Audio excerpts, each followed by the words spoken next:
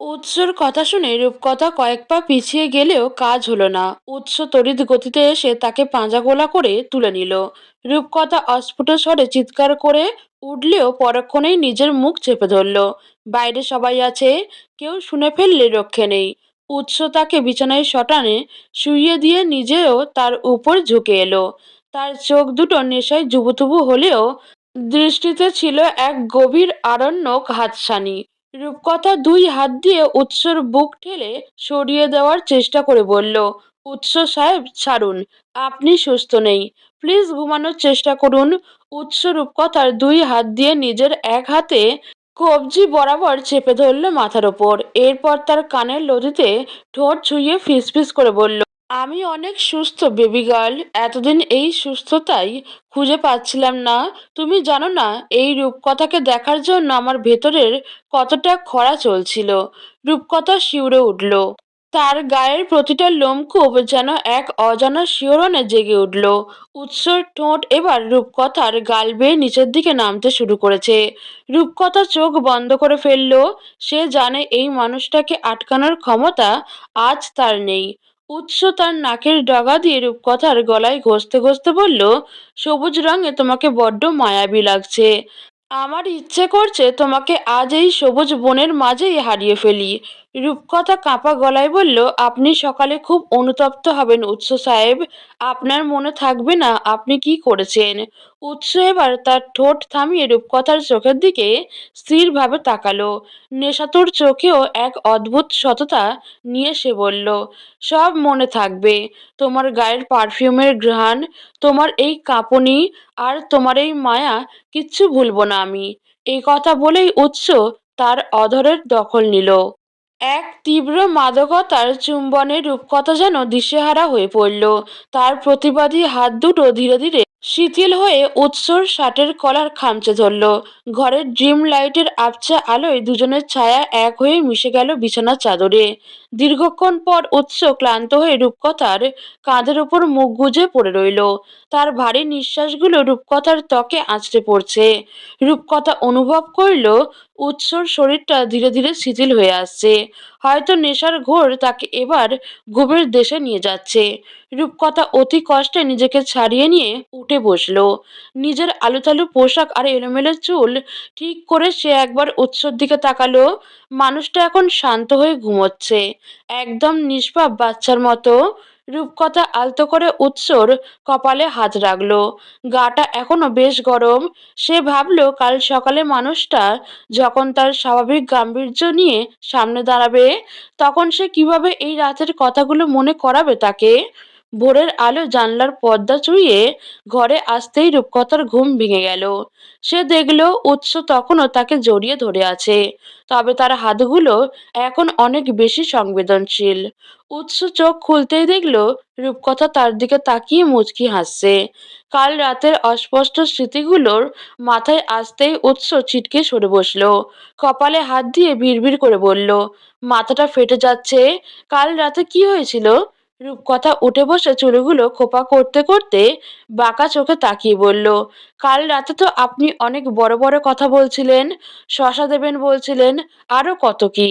এখন সব ভুলে গেলেন? উৎসর মুখটা মুহূর্তেই ফ্যাকাশে হয়ে গেল।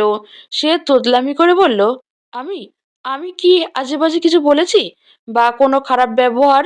রূপকথা মুচকি হেসে তার একদম কাছে গিয়ে বসলো। উৎসর কলারটা ঠিক করে দিতে দিতে বলল, খারাপ ব্যবহার না, তবে আপনি খুব ভালো অভিনয় করেছিলেন, ভালোবাসার কথা স্বীকার করেছিলেন। ও থুড়ি, ওটা তো অভিনয় ছিল তাই না? উৎস লজ্জায় আর কথা বাড়াতে পারল না।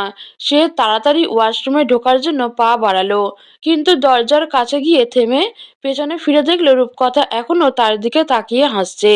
উৎস গলার স্বর কিছুটা গম্ভীর করার চেষ্টা করে বলল, শোনো, কাল প্রান্ত আমাকে কি খাইয়েছিল আমি জানি না, ওসব ভুলে যাও। রূপকথা খিলখিল করে হেসে উঠে বলল, ভুলে যাব? কক্ষনো না। আপনার সেই আপ্পা দেওয়ার আবদার আর মাতলামি তো আমি ভিডিও করে রেখেছি। উৎস চোখ কপালে তুলে বলল, কি ভিডিও করেছো? রূপকথা ফোনের দিকে হাত বাড়াতেই উৎস এক লাফে তার সামনে এসে ফোনটা কেড়ে নেওয়ার চেষ্টা করলো। দুজনের এই কাড়াকাড়ির মাঝেই দরজায় কড়া নাড়ল রিঙ্কি। ভাইয়া, ভাবি, নিচে সবাই নাস্তা নিয়ে অপেক্ষা করছে। নানি বলেছে আজ নাস্তা না করলে মেহেন্দির রং নাকি ফিকে হয়ে যাবে। রিঙ্কির কথায় উৎস থমকে গেল। সে রূপকথার দিকে একবার কড়া চোখে তাকিয়ে ঘর থেকে বেরিয়ে গেল। রূপকথা মনে মনে হাসলো। জাওয়াত সাহেবকে ঘায়েল করার এই অস্ত্রটা সে হাতছাড়া করবে না সহজে। নিচে নামতেই দেখা গেল প্রান্তর সাথে।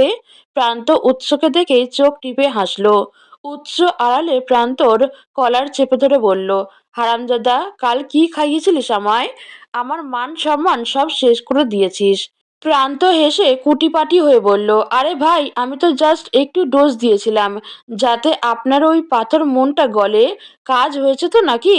উৎস তাকে একটা ধাক্কা দিয়ে ছেড়ে দিল, কিন্তু মনে মনে সেও জানতো কালকের এই নেশাগ্রস্ত অবস্থাটাই হয়তো তাকে রূপকথার আরো কাছে নিয়ে এসেছে। নাস্তার টেবিলে সবাই যখন হই হুল্লোড় করছে, তখন রূপকথা খেয়াল করলো উৎস তার দিকে তাকাতে পারছে না। লজ্জার অস্বস্তি তাকে আষ্টেপৃষ্ঠে ধরেছে। রাবেয়া বেগম হঠাৎ করে বলে উঠলেন, উৎস, তোর চোখে মুখে এত ক্লান্তি কেন রে? রাতে কি একদম ঘুমাসনি, নাকি রূপকথা তোকে সারা রাত জাগিয়ে রেখেছে? রাবেয়া বেগমের কথায় টেবিলে হাসির রোল উঠল। রূপকথা মুখ টিপে হাসতে দেখে উৎস মনে মনে ভাবল, দাঁড়াও বেবি গার্ল, রাতের শোধ আমি দিনেই নেব।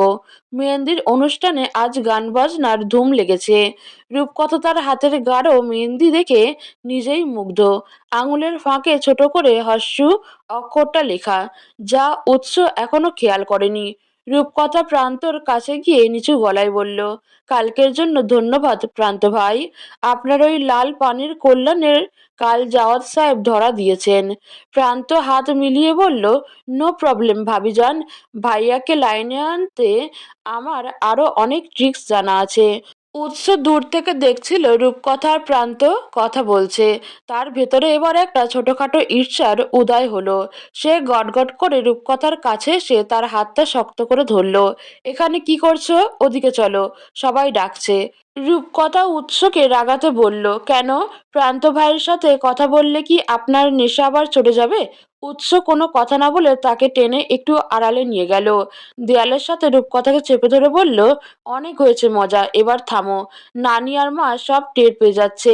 রূপকথা উৎসর চোখের দিকে তাকিয়ে শান্ত স্বরে বলল, টের পেলে কি খুব ক্ষতি হবে? আমি তো আপনার স্ত্রী। উৎসর গাম্ভীর্য এবার যেন একটু নরম হলো।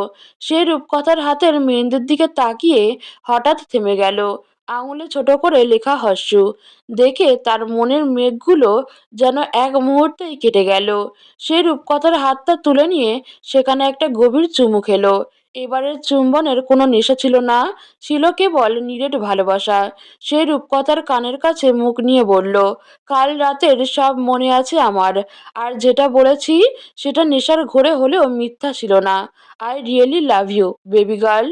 রূপকথা আর নিজেকে ধরে রাখতে পারল না। উৎসর বুকে মাথা রেখে জড়িয়ে ধরল তাকে। এই কোলাহলপূর্ণ বিয়েবাড়ির মাঝেই তারা নিজেদের জন্য এক টুকরো নিস্তব্ধ ভালোবাসা খুঁজে পেল।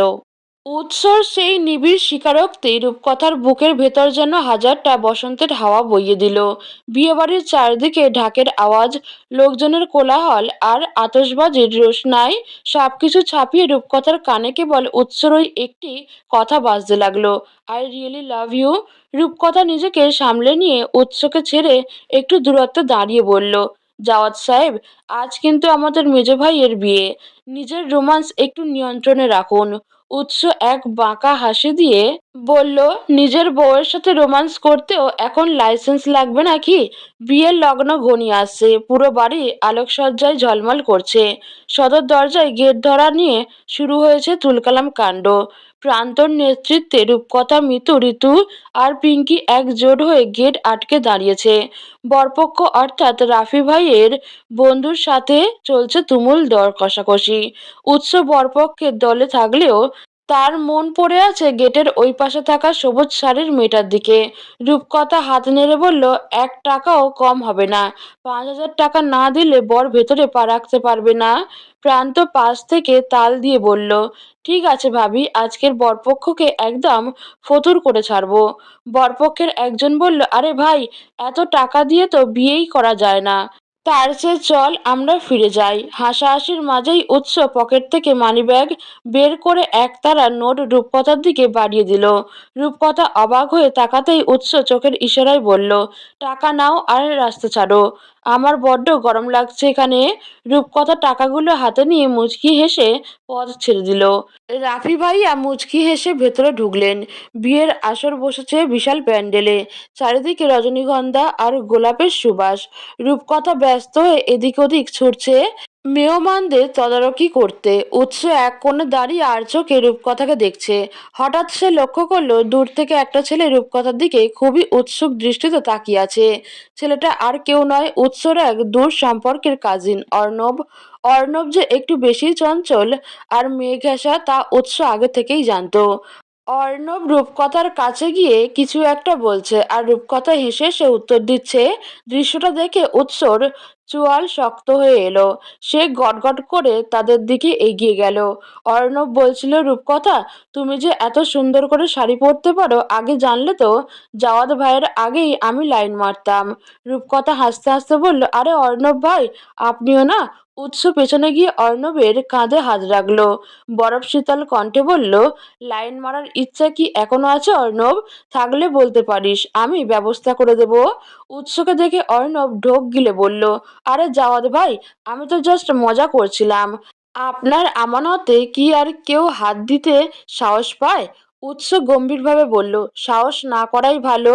এখন যাও, বড় আম্মা ডাকছেন ওদিকে। অর্ণব চলে যেতেই রূপকথা উৎসর দিকে তাকিয়ে মুখ টিপে হাসল। বলল, কি ব্যাপার, আপনার কি হিংসে হচ্ছে? উৎস রূপকথার হাত ধরে টেনে একটু অন্ধকারের দিকে নিয়ে গেল। প্যান্ডেলের পিছনে ফুলের ডেকোরেশনের আড়ালে তাকে দেয়ালের সাথে চেপে ধরে বলল, হিংসে কেন হবে? আমি তো স্রেফ আমার সম্পত্তি পাহারা দিচ্ছি। রূপকথা বলল, সম্পত্তি? আমি কি কোনো জমি জমা নাকি? উৎস রূপকথার চিবুকটা আলতো করে উঁচিয়ে ধরে বলল, জমির চেয়েও দামি। এই যে তুমি আজ এত সেজেছ, কার জন্য? ওই অর্ণবের জন্য? রূপকথা এবার ফিসফিস করে বলল, না, আমার ওই মাতাল জাওয়াত সাহেবের জন্য, যিনি নেশার ঘোরে অনেক কথা বললেও দিনের বেলা সব ভুলে যান। উৎস আর কথা বাড়ালো না। সে অবনত হয়ে রূপকথার কপালে নিজের ঠোঁট ছোঁয়ালো। সেই স্পর্শে এক অদ্ভুত প্রশান্তি ছিল। হঠাৎ রিঙ্কির চিৎকার শোনা গেল, ভাবি, তাড়াতাড়ি এসো, কবুল বলার সময় হয়ে গেছে। রূপকথা নিজেকে ছাড়িয়ে নিয়ে দৌড়ে বিয়ের আসরে চলে গেল। রাফি ভাইয়া এখন আলহামদুলিল্লাহ কবুল বললেন। তখন পুরো আসরে আনন্দের জোয়ার বয়ে গেল। মিষ্টি মুখ আর ছবি তোলার ধুম পড়ে গেল। রূপকথা বরকনের পাশে দাঁড়িয়ে ছবি তুলছিল। হঠাৎ সে অনুভব করল কেউ তার হাতটা টেবিলের নিচ দিয়ে শক্ত করে ধরেছে। তাকিয়ে দেখল উৎস পাশে দাঁড়িয়ে খুব স্বাভাবিকভাবে ক্যামেরার দিকে তাকিয়ে হাসছে, যেন কিছুই হয়নি। রূপকথা নিজের হাত ছাড়ানোর চেষ্টা করল না, বরং উৎসর আঙুলের ফাঁকে নিজের আঙুলগুলো গলিয়ে দিল। রাত গভীর হতে শুরু করেছে। বিয়ের সব আনুষ্ঠানিকতা শেষে এবার বিদায়ের পালা। কনে বিদায়ের সময় বাড়ির সবার মন খারাপ হয়ে গেল। রিঙ্কি কাঁদছে, আফিয়া বেগম চোখ মুছছেন। রূপকথারও চোখ ভিজে এলো। সে রিঙ্কিকে জড়িয়ে ধরে সান্ত্বনা দিচ্ছিল। উৎস দূর থেকে দৃশ্যটা দেখে ভাবল, একদিন এই মেয়েটাকেও হয়তো এভাবেই কোনো এক বাড়ি থেকে বিদায় নিতে হয়েছিল তার নিজের বাড়িতে আসার জন্য। সেই ত্যাগের কথা ভেবে উৎসর মনে রূপকথার জন্য শ্রদ্ধা আর ভালোবাসা আরো বেড়ে গেল। সব মেহমান চলে যাওয়ার পর বাড়িটা যখন একটু শান্ত হলো, উৎস রূপকথাকে চুপি চুপি বলল, ছাদে যাবে একবার, আকাশটা আজ খুব পরিষ্কার। রূপকথা ক্লান্ত থাকলেও উৎসর আবদার ফেলতে পারল না। তারা দুজন ছাদে গিয়ে দাঁড়ালো। মাথার ওপর বিশাল চাঁদ আর নিচে নিঝুম গ্রাম। উৎস রূপকথাকে পেছন থেকে জড়িয়ে ধরল, তার চিবুক রূপকথার কাঁধে রাখলো। রূপকথা বলল, উৎস সাহেব, আমাদের জীবনটাও কি এই চাঁদের আলোর মতো সুন্দর হবে? উৎস রূপকথার চুলে একটা চুমু খেয়ে বলল, হবে, শুধু তুমি সাথে থেকো। কাল রাতে যা যা বলেছি তার প্রতিটা শব্দ সত্যি ছিল। বেবি গার্ল, আমি তোমাকে আমার জীবনের শেষ নিঃশ্বাস পর্যন্ত আগলে রাখবো। রূপকথা উৎসর হাতের উপর নিজের হাত রেখে চোখ বন্ধ করলো।